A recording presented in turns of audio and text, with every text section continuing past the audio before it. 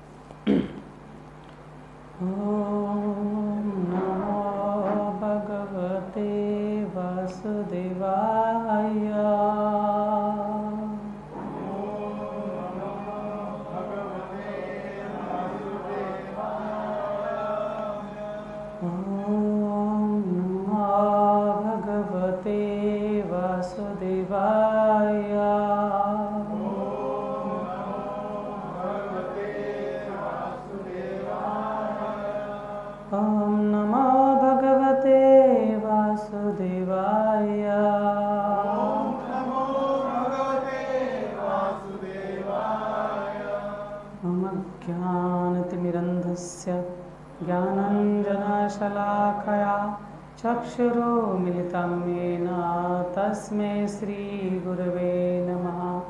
श्रीचैतन्यमनोभीष्टं स्थापितं येन भूतले स्वयं रूप कदा मह्यं ददाति स्वपदान्तिकं।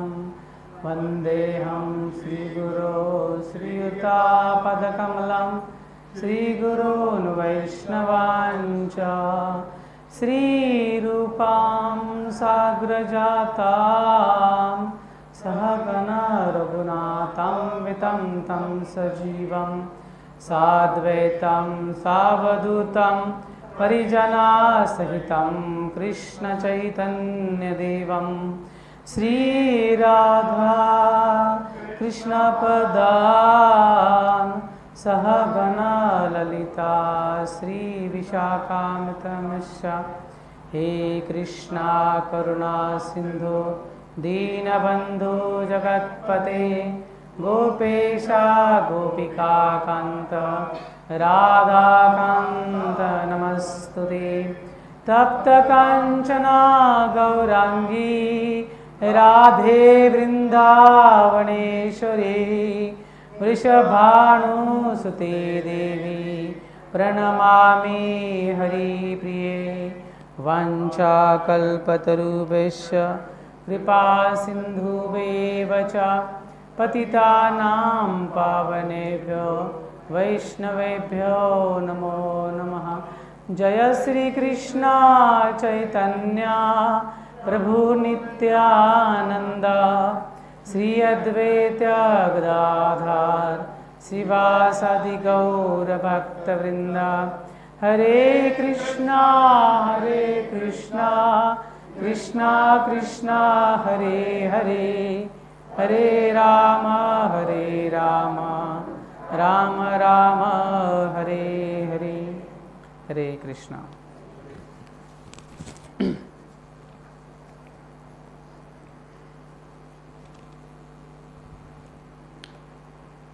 तो बहुत खुशी हो रही है आप भक्तों के बीच में। गोवा गो गाय से आता है, बहुत पवित्र भूमि है, परशुराम भूमि। काफ़ी सालों के बाद और सेवा का अवसर मिला है मुझे। तो आज श्रीमद् भागवतम से रुक्मिणी महारानी का हरण करते भगवान, उनकी कथा लेने वाले हैं हम लोग।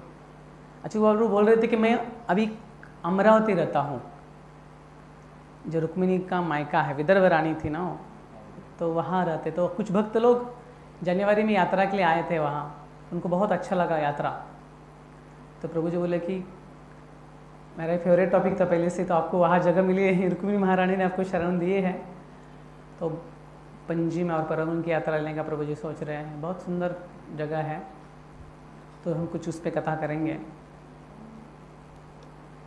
इसलिए व्यासदेव इतना कुछ पुराण महाभारत सब कुछ लिखने के बाद भी खुश नहीं थे, तो अपने गुरु नारद मुनि को पूछते हैं कि गुरुदेव मैं संतुष्ट नहीं हूँ, इतना सब कुछ किया है।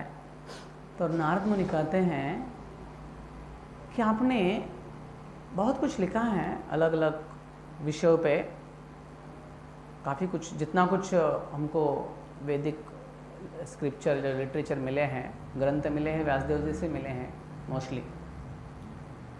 तो नारद मुनि कहते हैं लेकिन आपने ऐसा एक ग्रंथ नहीं लिखा जिसमें क्या हो, सिर्फ भगवान के का वर्णन हो।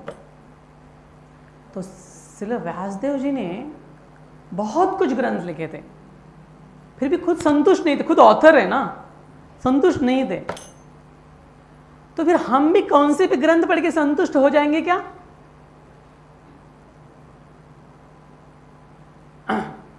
व्यासदेव कुछ संतुष्ट नहीं थे, तो नारद मुनि बोलते हैं कि ऐसा ग्रंथ लिखो। तब उन्होंने एक निगम कल्पतरुं गलितं फलम सुखमुखादमृतं द्रव्य संमितं पिबत भागवतं रसमालयं मुहुर्हो श्री भूभाविका। तो श्री व्यासदेव ऐसे ग्रंथ के निर्माण करते हैं, निगम कल्पतरुं गलितं फलम, जो फल पिका हुआ है, सभी शास्त्रों का सार है, सुख मुखाद अमृतम द्रव्य संमितम। सुखदेव गोस्वामी द्वारा बोला गया है परीक्षित महाराज को, और जहाँ बहुत महान ऋषि है, बहुत उच्च स्तर है, वह संवाद है वहाँ। और द वे फैसिनेटिंग, धर्म पूजित कैतवत्रो निर्मत्सराणाम सताम। धर्म अर्थ काम मोक्ष कुछ वहाँ कुछ जगह नहीं है। तो उसमें से 10वें स्कंद तो बहुत सुंदर है, कृष्ण भगवान की लीला है। तो द्रौपदी एक बार भगवान कृष्ण की जो अलग अलग पत्नियां उनको मिलती है और उनको पूछते हैं, श्री द्रौपदी उवाच हे वैदर्भे अच्युते भद्रे हे जाम्बवती कौसल्ये हे सत्यभामे कालिंदे शैव्यारोहिणी लक्ष्मणे हे कृष्णपत्न एतानो ब्रूतो भगवान स्वयं उपएमि यथा लोकम अनुकुर्वां स्वमायया। बेसिकली अलग अलग 8 पत्नियों के नाम हैं ऊपर। उनको पूछते हैं कि आपने भगवान ने आपसे शादी की कैसे की है। जैसे कि जो भक्त लोग साथ में आते हैं तो क्या पूछते हैं, आप कैसी भक्ति में आ गए, है ना, कैसी इस्कॉन में आ गए, कैसा इतना समर्पण किया है। माता जी भी पूछते हैं ना कि कैसी शादी होगी, कैसे क्या हो गया। तो यहाँ द्रौपदी सभी रानियों को पूछ रही है, अलग अलग रानी उनका उत्तर दे रहे हैं। तो सत्याती वो बोलती है कि मेरे पिताजी ने 7 बड़े बैल रखे थे, बहुत तूफान बड़े शक्तिशाली बैल थे, और उनको जो नियंत्रित करेगा वो मुझसे शादी करेगा, और कोई नहीं कर पा रहा था, भगवान कृष्ण ने किया है। फिर लक्ष्मणा होती है, एक पत्नी का नाम है भगवान के प्रमुख 8 पत्नियों में से। लक्ष्मणा कहती है कि हे द्रौपदी महारानी, आपका जो स्वयंवर था ना, वैसे ही मेरा ही स्वयंवर था। और क्या था आप जानते हैं, द्रौपदी का स्वयंवर कैसा था कि मछली घूम रही है ऊपर और पानी में देखना है और तीर छोड़ना है ना, बोल रही वैसे ही था। लेकिन फर्क क्या था, आपके स्वयंवर में वो मछली पानी में दिखती थी, मेरे इसमें नहीं दिखती थी, बीच में कपड़ा डाला था। और फॉर योर इंफॉर्मेशन, आपकी जानकारी के लिए, आपके पतिदेव भी वहां आए थे और उन्होंने भी उस मछली को तीर मारा था। वो भी महान गांडीव धनुर्धर अर्जुन है, लेकिन जहां चाहे वहां नहीं लगा था तीर। फिर किसने तीर चलाया? भगवान श्री कृष्ण ने जहाँ चाहे वहाँ तीर मार के जो शर्त पूरी की। फिर रुक्मिणी का ये आता है, रुक्मिणी बोलने लगती है। तो रुक्मिणी ये भीष्मक नाम के राजा थे विदर्भ में, उनकी पत्नी थी, सॉरी उनकी बेटी है, अलग अलग बाकी भी उनके पुत्र थे। और भीष्मक राजा बहुत अच्छे राजा, महान राजा थे, इसलिए उनके दरबार में अलग अलग संत महापुरुष आया करते थे और वो भगवान के गुणगान करते थे। मच्चित्त मदगत प्राण बोधयंत परस्परम। जब भगवान एक साथ आते हैं तो गुणगान करते हैं, ऐसे भक्त भी एक साथ आते गुणगान ही करते हैं ना, है ना। देखो कोई आपके घर में मेहमान आ गए हैं तो आप क्या करते हो? फ्रिज खोलते हो, अभी तो आम मानसूरात आम का मौसम है, आम निकालोगे काट के दोगे ना, ऐसे ही तो करते हैं ना हम कुछ। लेकिन घर में आम रहेंगे तो काट के देंगे ना। और हमारा कहने का उद्देश्य है आपके घर में भी ऐसा कुछ भागवतम श्रीमद् भगवद गीता रखी है जो आप पढ़ेंगे, आने वाले दोस्त भक्तों को बता देंगे। तो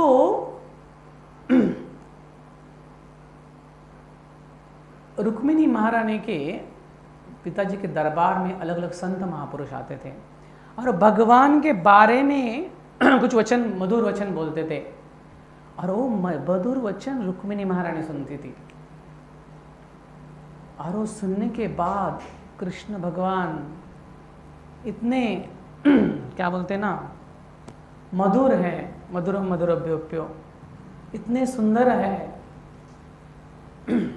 उनके बारे में बहुत कुछ सुनने के बाद रुक्मिणी महारानी के हृदय में इच्छा जागृत होती है कि मैं शादी करेंगी तो भगवान कृष्ण से करूंगी। देखिए इस श्रवण का, श्रवण कीर्तन विष्णु स्मरण पाद सेवनम अर्चनम वंदनम दास्यम साख्यम आत्म निवेदनम, ये जो नवविधा भक्ति है उसमें से श्रवण बहुत महत्वपूर्ण है। हम जो सुनेंगे उस पर हम मनन करेंगे, सोचेंगे और वही बोलेंगे। तो श्रवण में दो आता है, एक हम कथा सुनेंगे और ग्रंथ भी पढ़ेंगे। बहुत सुंदर मधुर ग्रंथ है श्रीमद् भागवतम। जैसे कि एक ट्रेन है, किसी ने बर्थडे के लिए अपने दोस्त के लिए एक केक बनाया है, और क्या बनाया केक में? ट्रेन का केक बनाया है, पूरा ट्रेन बनाया है, ट्रेन। तो ट्रेन में आप जनरल डब्बा काटोगे, स्लीपर काटोगे, 3 टियर 2 टियर जो कुछ काटोगे, या पेंट्री काटोगे, इंजन काटोगे, क्या निकलेगा? मीठा ही निकलेगा ना। उसी प्रकार श्रीमद् भागवतम है। एंड द फैसिनेटिंग वे, इतना सुंदर बताया है सुखदेव गोस्वामी महाराज ने, और प्रभुपाद ने जो उस पर परपोर्ट लिखे हैं, द वन ऑफ द प्रमुख प्रभुपाद जो इस्कॉन के फाउंडर आचार्य है, उनका मेन कंट्रीब्यूशन कुछ रहेगा इस दुनिया के लिए तो श्रीमद् भागवतम है। इसलिए अलग की है बीबीटी और इस्कॉन। इस्कॉन बंद भी हो जाएगा तो बीबीटी बंद नहीं होगा, अलग है। आध्यात्मिक बुक प्रिंटिंग में सबसे नंबर 1 प्रेस है भक्तिवेदांत बुक ट्रस्ट, और इतने सुंदर परपोर्ट्स लिखे हैं। तो मेरी विनती है कि आप भागवतम पढ़िए, रोज गीता पढ़िए है, और भगवान के बारे में बहुत सुंदर ग्रंथ है। तो यहाँ हमारे घर चर्चा चल रही थी कि श्रवण जो बहुत महत्वपूर्ण है। देखो कितना महत्वपूर्ण श्रवण हो सकता है, कौन बता सकता है कितना महत्वपूर्ण श्रवण है हमारे लिए? कोई बता सकता है? एक आदमी के लिए श्रवण कितना महत्वपूर्ण होता है? कितना? कुछ उदाहरण बताओ।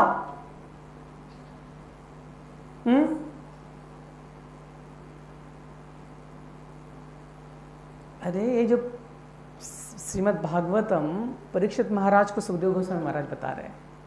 जब परीक्षित महाराज को पता चला कि मेरे पास सिर्फ 7 दिन है, तो उन्होंने क्या किया है? बस श्रवण किया है उन्होंने। और ये जो दोनों का संवाद है, अनेक ऋषि बैठे हैं वहां। अब ऋषियों की लिस्ट देखेंगे, बहुत महान ऋषि, नारद मुनि, व्यासदेव है, बहुत बहुत भारद्वाज मुनि, बहुत सभी ऋषि हैं।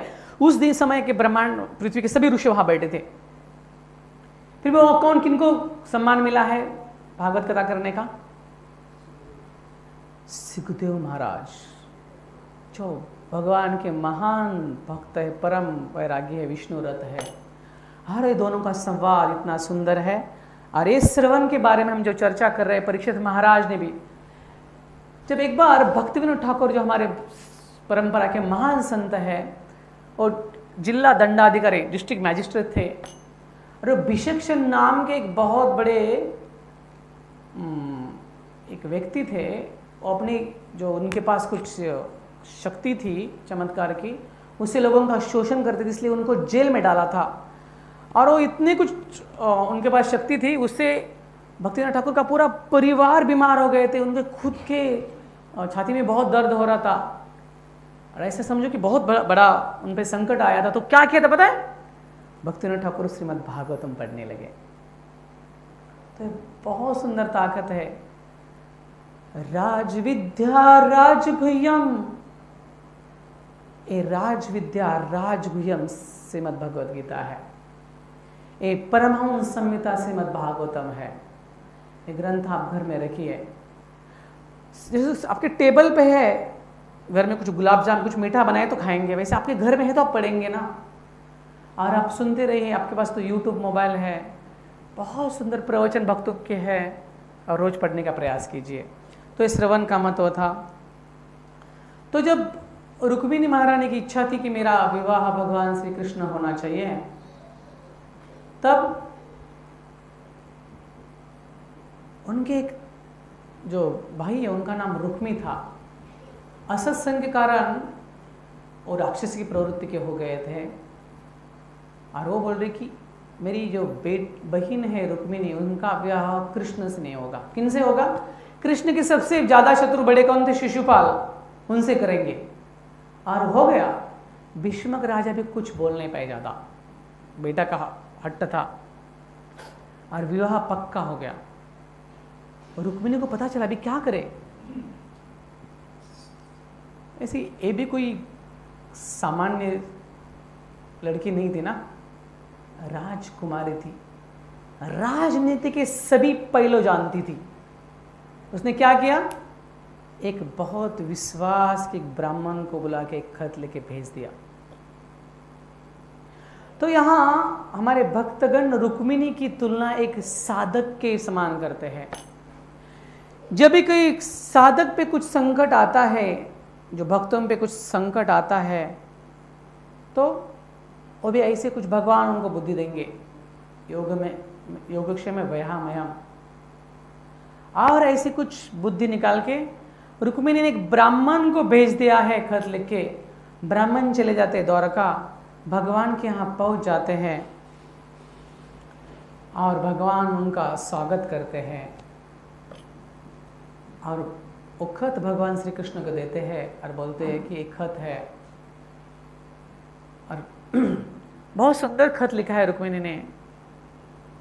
खत में श्रुत्वा गुणन भुवन सुंदरम स्रवतं ते निर्वश्य कर्ण विवर हरतो अंगतापम रूपम दृशम दृशमताम अखिलारत लाभम त्वय अच्युता विशति चित्तम प्रतम पत्रपमं मे। और भगवान के बोलते श्रुता गुणन भुवन सुंदर, हे भुवन सुंदर, भुवन में इस जगत में सबसे सुंदर भगवान श्री कृष्ण। कौन इससे सबसे सुंदर? सुंदर ते ध्यान उभे विठे वरी कर कठावरी ठेवनिया तुलसी हार गळा कासे पितांबर आवडे निरंतर हेची ध्याना मकर कुंडल तळपती श्रवणी कंठी कौस्तुभ मणी विराजितो तुखा मने माझे हेची सर्व सुख पाहिन श्रीमुख आवडीने। कभी मराठी लोग हैं, गोवान लोग, उनके लिए तो दुनिया में एक ही सुंदर चीज है, क्या है? भगवान श्री कृष्ण। बाकी जो सुंदरता है वो कुछ तत्कालीन है, बहुत टेम्पररी है, क्षणिक है। और तुकाराम महाराज भगवान को क्या बोलते हैं? हेच दान देगा देवा, तुझा विसर नवावा, गुण गाईन आवडी हीच माझी सर्व जोडी, न लगे धन संपदा संत, न लगे मुक्ती धन संपदा, संत संग देई मज सदा, गोड तुझे रूप गोड तुझे नाम, देई मज प्रेम सर्व काळ। तुकाराम महाराज कहना है कि इस जगत में सुंदर कुछ है तो बस एक ही चीज है, वो है भगवान। एक बहुत सुंदर कथा है। दक्षिण भारत में जो रामानुजाचार्य के महान संत हैं, उनके एक शिष्य थे कुरेश, और एक दुष्ट राजा, उन्होंने उनके आंखें निकाल दी थी। बहुत बड़ी कहानी, हम we are cutting to short. और कुरेश और उनके रामानुजाचार्य के और एक गुरु थे महापूर्णा, उनके दोनों की आंखें निकाल दी थी। महापूर्णा तो बीच में ही शरीर त्याग देते हैं, और जब श्रीरंगम पहुंचते नहीं हैं, अरे कुरेश आके अपने गुरु महाराज को मिलते हैं। गुरु महाराज बहुत दुख होता है, आलिंगन करते कुरेश को और बोलते, कुरेश, रामानुजाचार्य के शिष्य है कुरेश। वैसे तो राजा रामानुजाचार्य को मारना चाहते थे, लेकिन कुरेश बहुत प्रेम से रामानुजाचार्य बोलते, आप चले जाइए, मैं आपका सन्यास का वेश पहन के जाता हूँ। अरे अभी कुरेश की आंखें निकाल दी थी, रामानुजाचार्य बोलते कि जाओ कांचीपुरम में जाओ वरदराज के पास और अपने आंखें मांग लो। वरदराज स्वामी के सामने कुरेश जाते हैं और बोलते हैं, हे वरदराज भगवान, जिसने मेरी आंखें निकाल दी ना, उनको माफ करो। आ जाते वापस। रामानुजाचार्य बोलते हैं, आपने आंखें मांगी नहीं आपकी, जाओ और एक बार मांग दो। दूसरी बार कुरेश भगवान के सामने आते हैं, बोलते हैं कि हे भगवान, जिस राजा ने आंखें मेरी निकालने के लिए बोली थी ना, उनको माफ कर दो। खुद के लिए कुछ मांगते ही नहीं है। जब दूसरी बार भी रामानुजाचार्य देखते हैं कि कुरेश ने खुद के लिए कुछ मांगा ही नहीं, बोलते, कुरेश, आपका जो शरीर है मेरी संपत्ति है, जाओ मांग लो, मेरे लिए मांग लो आपकी आंखें वापस। तो कुरेश भगवान के सामने चले जाते हैं, कहते, भगवान मुझे आंखें दीजिए। किसके लिए? किसके लिए आंखें? भौतिक कुछ चीज देखने के लिए नहीं। प्रेमांजलित चरित भक्ति विलोचनेना संदा सदैव हृदयेश विलोकयन्ति, यम श्याम सुंदरम चिंतगुण स्वरूपम गोविंदमादिपुरुषम तमहं भजामि तमहं भजामि। बोलते, मुझे भगवान आंखें दीजिए, प्रेम की आंखें दीजिए। बोले तो और कुछ भौतिक चीज क्या देखेंगे? ये जन्म मृत्यु जरा व्याधि का क्या देखेंगे? फिर बस मुझे आपका दर्शन हो और मुझे मेरे गुरु महाराज का दर्शन हो। और फिर रामानुजाचार्य पूछते हैं, कुरेश क्या क्या पहने भगवान ने? वो सब कुछ बताते हैं। तो देखिए, हमको जो आंखें मिली है, जो कुछ मिले हैं, बस भगवान के सेवा में लगाएंगे। तो और क्या करेंगे जिंदगी में? और कुछ करना है क्या योग्य? तो रुक्मिणी बोलती कि भगवान, मुझे विवाह करना है तो आपसे करना है, आपसे और कोई सुंदर है? और बहुत अलग अलग सुंदर श्लोक में कहती है कि जो एक नववधु, जो कुल अच्छा कुल से एक लड़की रहेगी, तो उनका और क्या चॉइस हो सकता है भगवान आपके सिवा? और ऐसे बोलती जाती है। बहुत कुछ उसमें 8 ही श्लोक दिए हैं।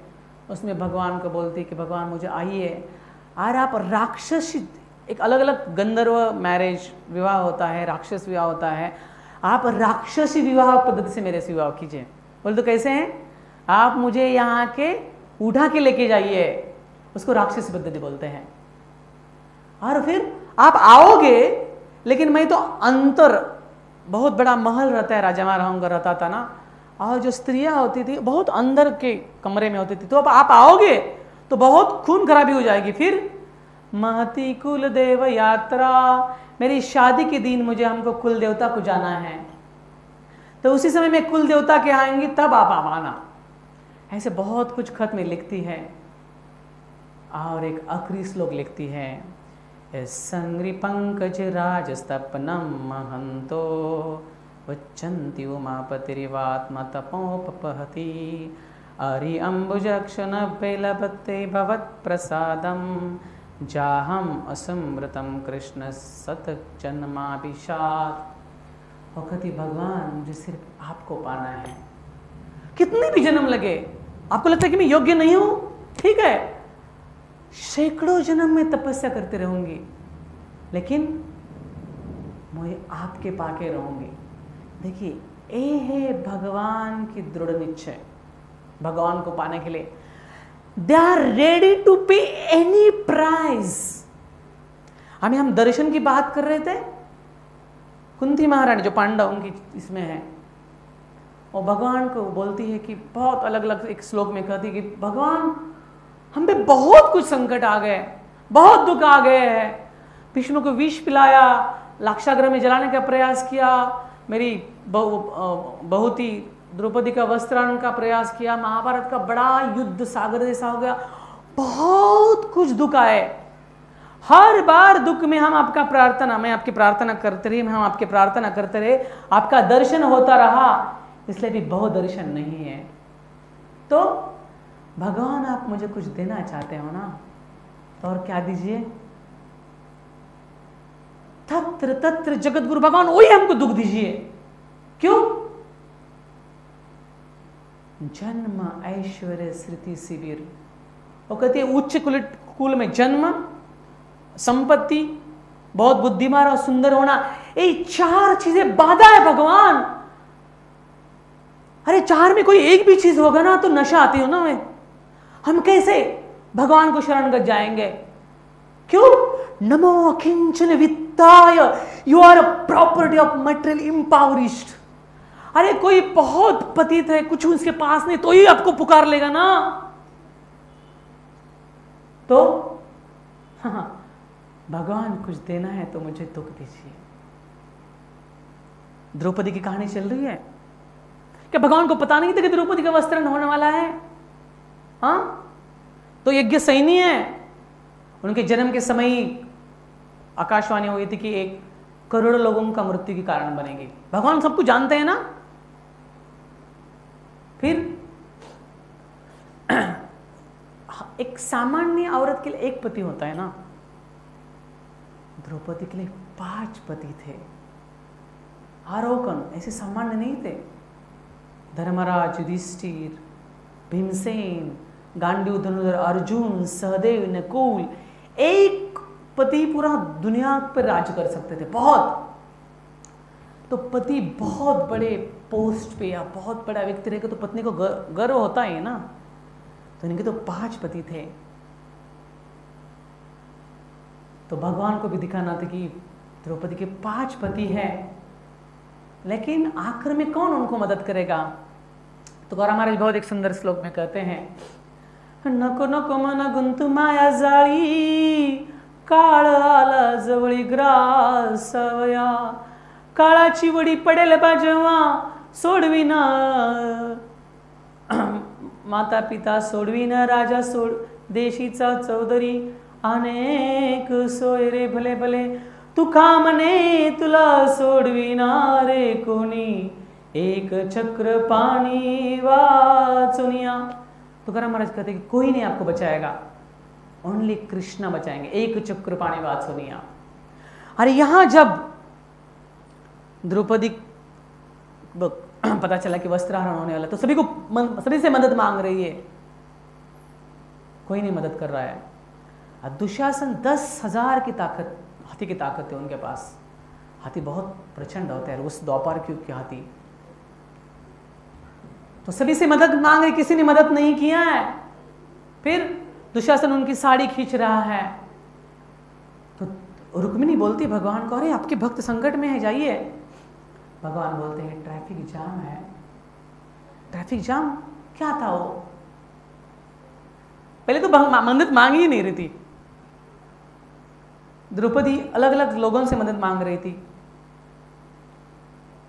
हम भी ऐसे होते हैं ना, कुछ संकट आ गया तो अलग अलग रिमोट कंट्रोल दबाने का प्रयास करते हैं।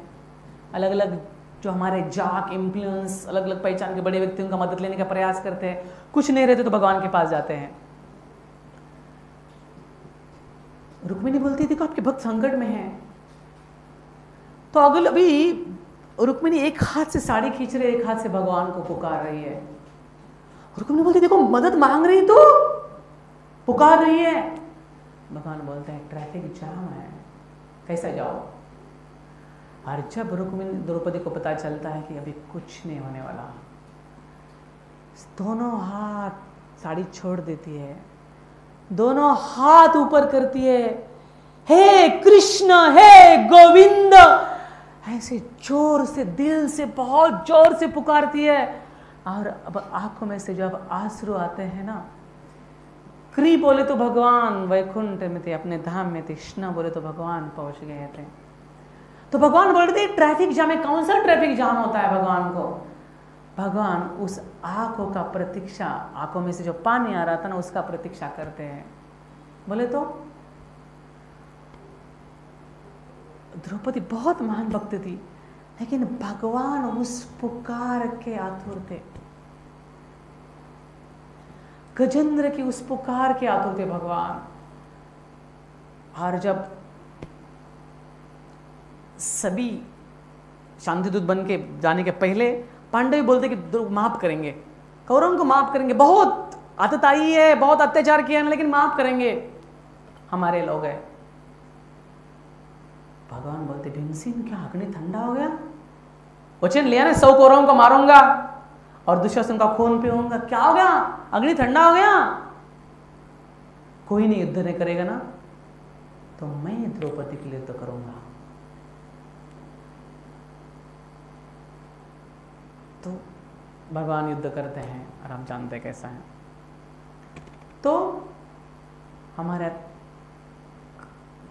विषय चल रहा था कि प्रेम के बाजार में अलग अलग भक्तों ने बहुत हेवी प्राइस पे किए भगवान को पाने के लिए।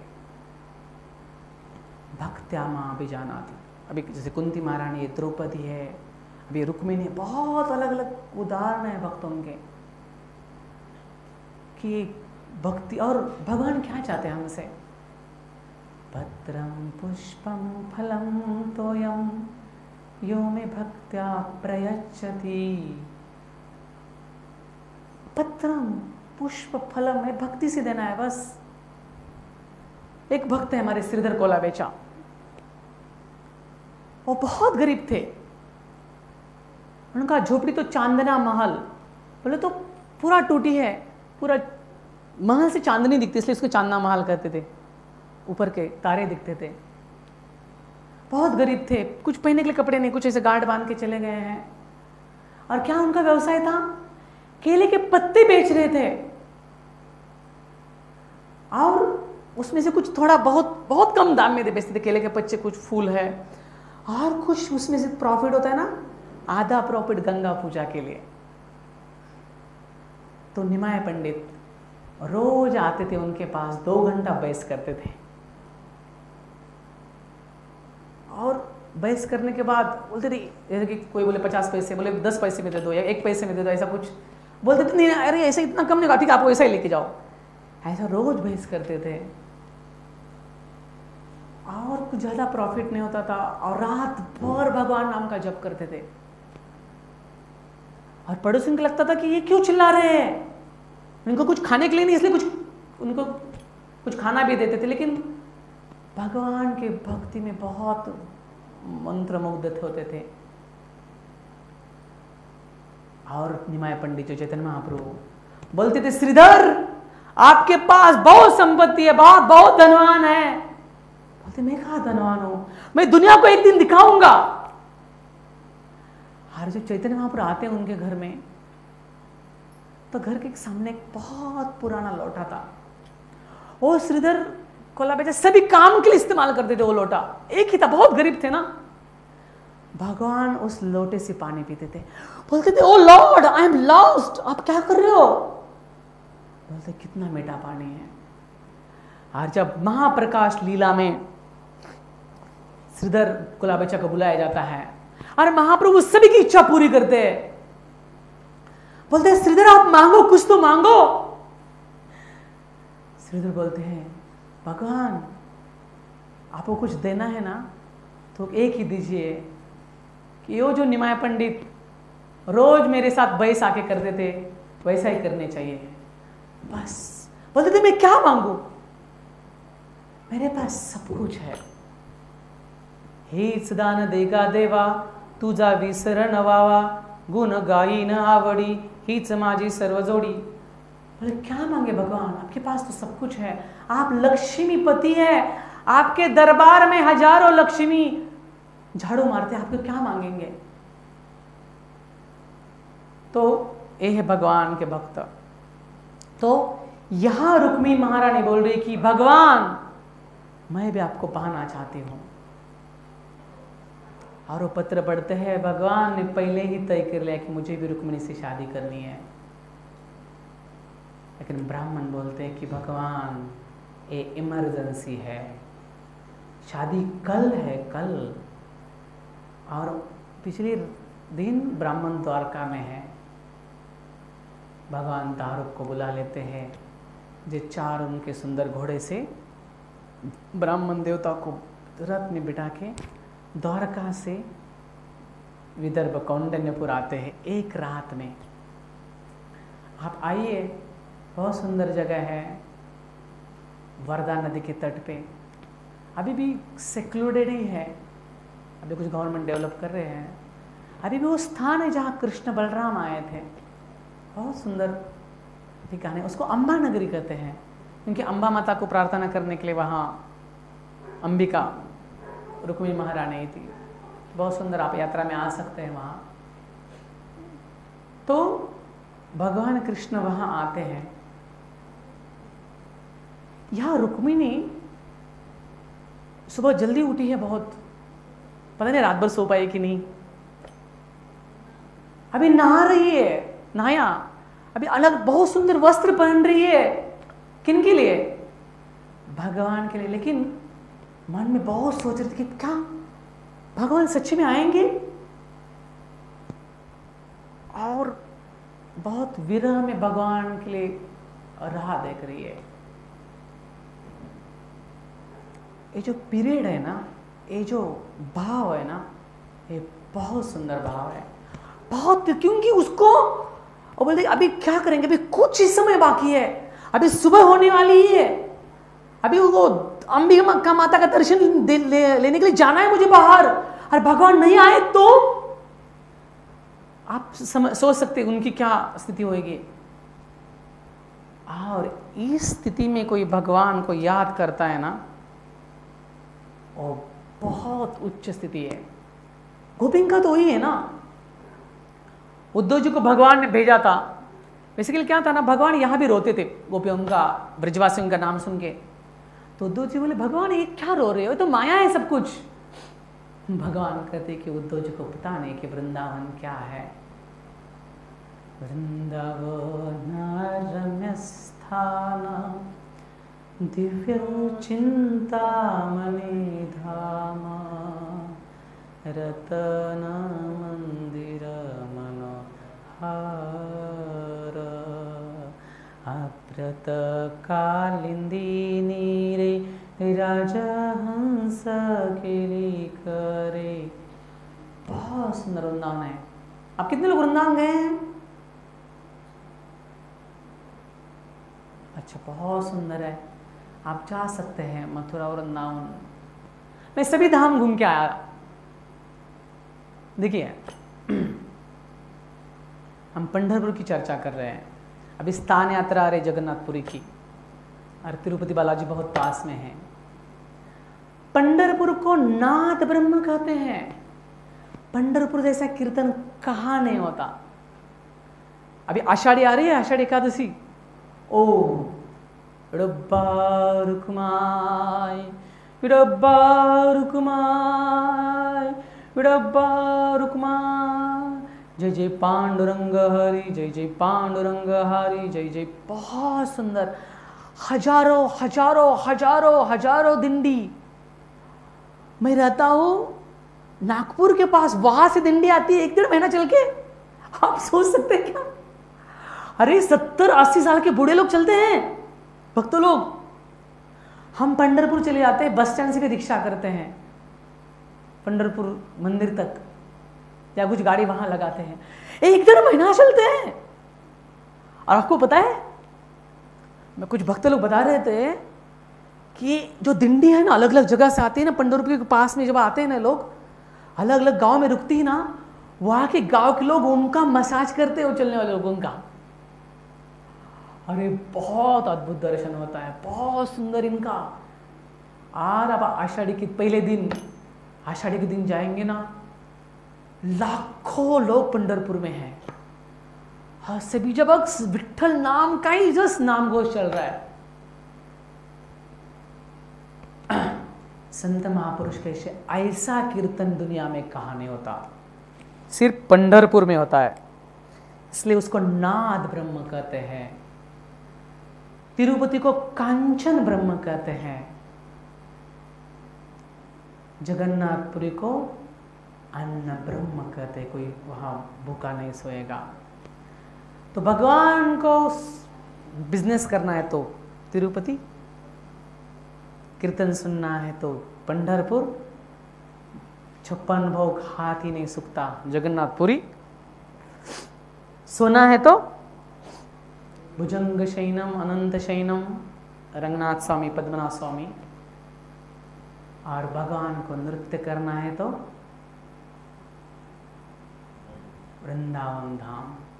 मैं सभी धाम चला गया हूँ, काफी पूरी नहीं गया तब तो प्रभु जी, अभी तक 27 साल में अभी तक जगन्नाथ की कृपा नहीं हुई है, लेकिन पूरी छोड़ के काफी इंडिया के। जब वृंदावन चला गया तो मेरा अनुभव अलग ही था। सुबह 5 बजे हम परिक्रमा कर रहे हैं, वृंदावन परिक्रमा जपा कर चले जा रहे हैं, और हमारे साथ कुछ ब्रजवासी साधु भी चल रहे हैं, राधे राधे बोल के। तो ये चल रहे हैं और हमारे साथ कुछ ब्रजवासी साधु थे, बोले राधे राधे। एक झोपड़ी थी, वहां से अंदर से आवाज आया राधे राधे। एक दूसरे को राधे राधे से ग्रीटिंग किए। और मैंने खुद अनुभव किया कि ये पुकार जो शुद्ध थी राधा रानी के लिए, भगवान के लिए, और कोई धाम में नहीं, कोई कम नहीं है धाम, लेकिन वृंदावन का तो कुछ विशेष अलग ही है। तो भगवान कहते हैं कि उद्धव जी को हम वृंदावन भेजेंगे, उनको भी समझ लीजिए। उद्धव जी चले आते हैं वृंदावन, भगवान के बिना जैसे कि कोई है ही नहीं, सभी मर ही गए ऐसे ही समझ लो। गाय बछड़े दूध नहीं पी रहे, गोपी कुछ काम नहीं करे, मक्खन भी नहीं, कौन चुराए, भगवान का मक्खन चुराएगा मक्खन। ऐसा देखते ही फिर नंद महाराज यशोदा को मिलने जाते हैं, और यशोदा मैया पूछती है कि क्या कान्हा को हमारी याद आती है। अलग अलग कुछ संभाषण रहते हैं, उनकी बांसुरी कुछ कुछ बचे वो देते हैं उनके पास। और उद्धव जी जब नंद भवन से बाहर निकलते हैं तो बड़ा पानी बह रहा है, काफी ज्यादा प्रचुर मात्रा में। तो बारिश नहीं, पानी कहाँ से बह रहा है? तो पानी के स्तोत्र के वहां जाते हैं। तो आपको पता है पानी कहाँ से बह रहा था? गौशाला से पानी आ रहा था। 9 लाख गैया थी ना, भगवान की विरह में गाय रो रही थी। आज हमारे गौशाला में जो प्रभु जी काम करते उनको बोल रहा था कि गायों की सेवा बहुत बहुत प्रिय है भगवान को। गोलोक, गोविंद, गोपाल, अपने नाम भगवान को गायों से रखे हैं। गोलोक वृंदावन है, बहुत घनिष्ठ नाता। हमारे हमेशा देखो भगवान का कोई फोटो है गायों के साथ रहेगा। और गाय रो रही है उनके विरह में, इसलिए बहुत पानी। और तब उद्धव देखते तो उनको पता चलता है कि अरे भगवान ही बहुत कठोर हृदय के हैं,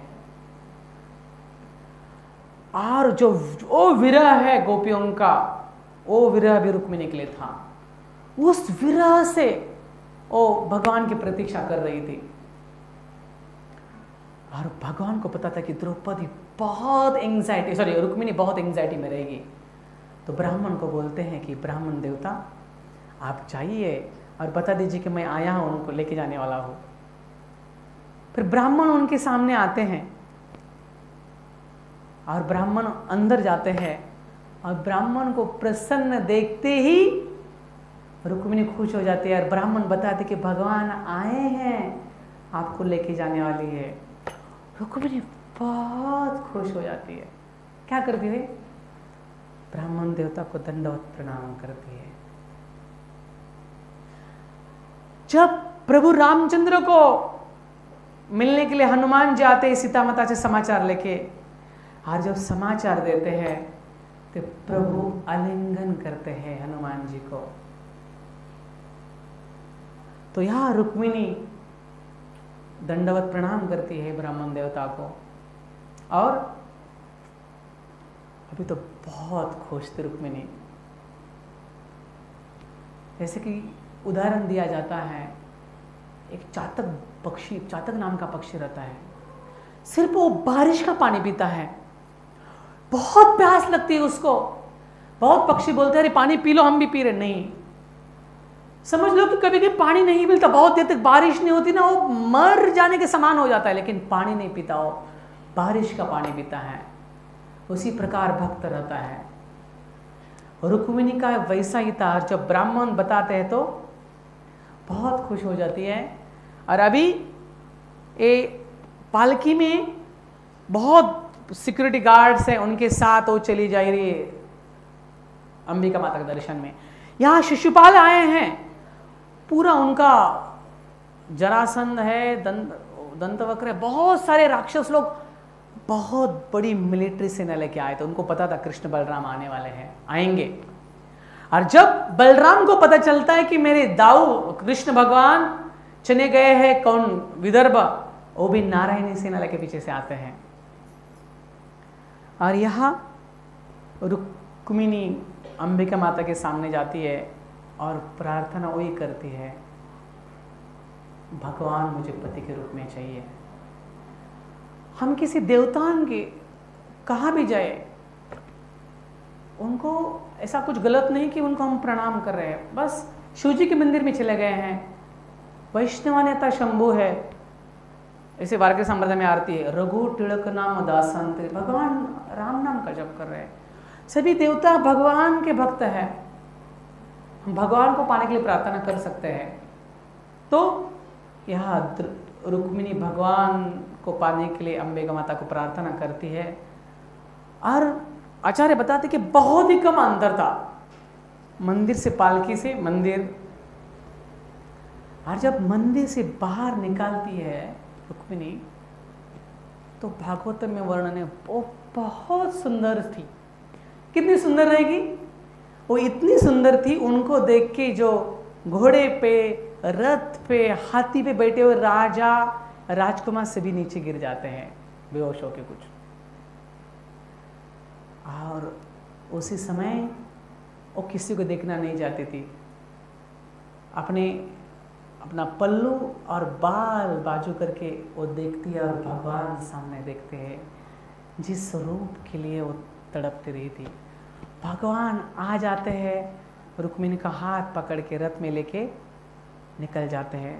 तब सभी उठ जाते हैं और बहुत घनघोर युद्ध होता है।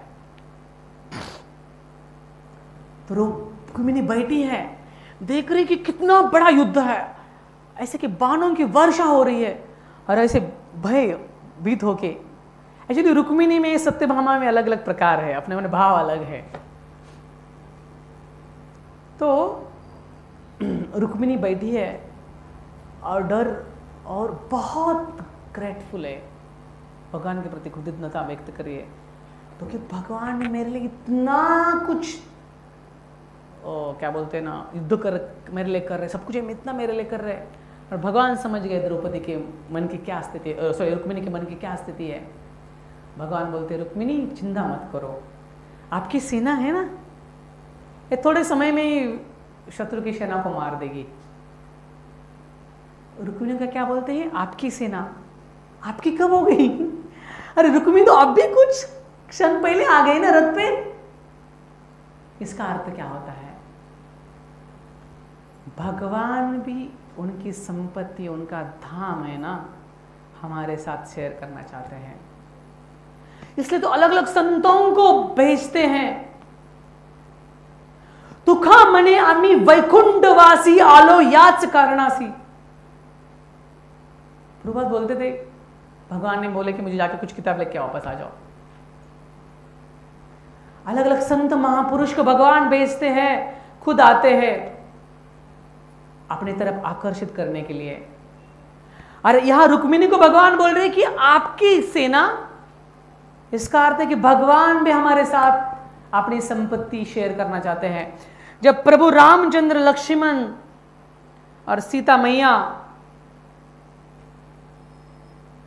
एक ऋषि है त्रिभंग, नाम ऋषि का भूल गया मैं, उस ऋषि को मिलने आए थे। त्रिभंग रामायण में आती कथा, मुझे लगता है किचकिंदा कंद में है। उस ऋषियों को मिलने आते हैं, तब अचानक एक रथ तुरंत स्वर्ग से चला जाता है। तो ऋषि को प्रभु पूछते हैं ऋषि को कि कौन थे? बोलते हैं इंद्रदेव थे। किस लिए आए थे? मेरे तपस्या से बहुत खुश थे, मुझे स्वर्ग लेके जाने के लिए आए थे। फिर मैं नहीं चला गया, क्यों? अरे प्रभु आप आने वाले थे ना, आपके आगे क्या है, आपके लिए कुछ भी नहीं करेंगे ना। तो भगवान के भक्त, भगवान किसी और कुछ नहीं चाहते हैं, और भगवान अपने भक्तों के लिए इस जगत में लीला करते हैं और भक्तों को आकर्षित करके लेके जाना चाहते हैं। तो ये बहुत सुंदर लीला है। यहाँ युद्ध होता है और फिर उनकी भाई की आधी मूंछ निकाल जाती है, काफ़ी बहुत सुंदर है कि बड़ी लीला है। तो ये रुक्मिणी महारानी का लीला, उनका मायका है वो विदर्भ है। और एक समय क्या हो गया था, रुक्मिणी महारानी द्वारका की महारानी है, लेकिन एक समय राधा रानी द्वारका में आई थी कुछ कारणवश। रुक्मिणी जब भगवान कृष्ण को राधा रानी के साथ देखती है ना, तो गुस्सा हो गई। फिर औरत लोग गुस्सा होके तो कहाँ चले जाते हैं? मायका के वहां। तो द्वारका से पंढरपुर रुक्मिणी महारानी आई। दिंडीरवन कहते हैं उस जगह को, अभी भी गुस्सा में ही है ना। और फिर वो है, वो गुस्सा हो क्या के, और जो विदर्भ है उनका मायका है, ऐसा है। तो आप सभी को विनती है कि आप विदर्भ में यात्रा के लिए आ सकते हैं। हम अभी तो वहाँ हैं, तो आपकी बहुत सेवा करने का प्रयास करेंगे। बहुत सुंदर जगह है। तो बहुत बहुत धन्यवाद आप सभी भक्तों का भी। सभी महान भक्त है गोवा की। बहुत, मैं गोवा छोड़ने के बाद काफ़ी अलग अलग जगह रहा हूँ मैं। देखिए नॉर्मल गोवा का जो हॉस्पिटलिटी है ना, तो टॉप है दुनिया का। नॉर्मल कोई भक्त हो या अभक्त हो, लेकिन आप जब भक्त बनते हैं ना, तो और कुछ अलग बात हो जाती है। जो भक्तों में जो प्रेम है, जो संबंध है, वो बहुत स्पेशल है। मैं बता रहा था हमारे भक्तों को, जो कुछ गोवा के भक्तों में बहुत स्पेशलिटी, बहुत अलग है। मैं उसका अनुभव किया है। तो बहुत बहुत धन्यवाद। ग्रंथरा श्रीमद् भागवतम की, श्रील प्रभुपाद की, पंढरपुर कौंडन्यपुर धाम की, विट्ठल रुक्मिणी भगवान की, हिताय गौर प्रेमानंदे। हरे कृष्णा। हरे